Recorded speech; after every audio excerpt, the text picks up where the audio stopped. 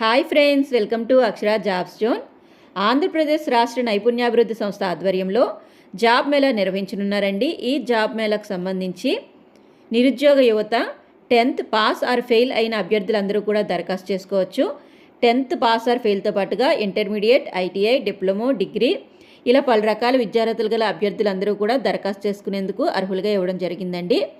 ఈ జాబ్ మేళకు సంబంధించి ఎంపిక కాబడిన అభ్యర్థులకి నెలకి వేతనం 15,000 రూపాయల వరకు అందజేయబడుతుంది.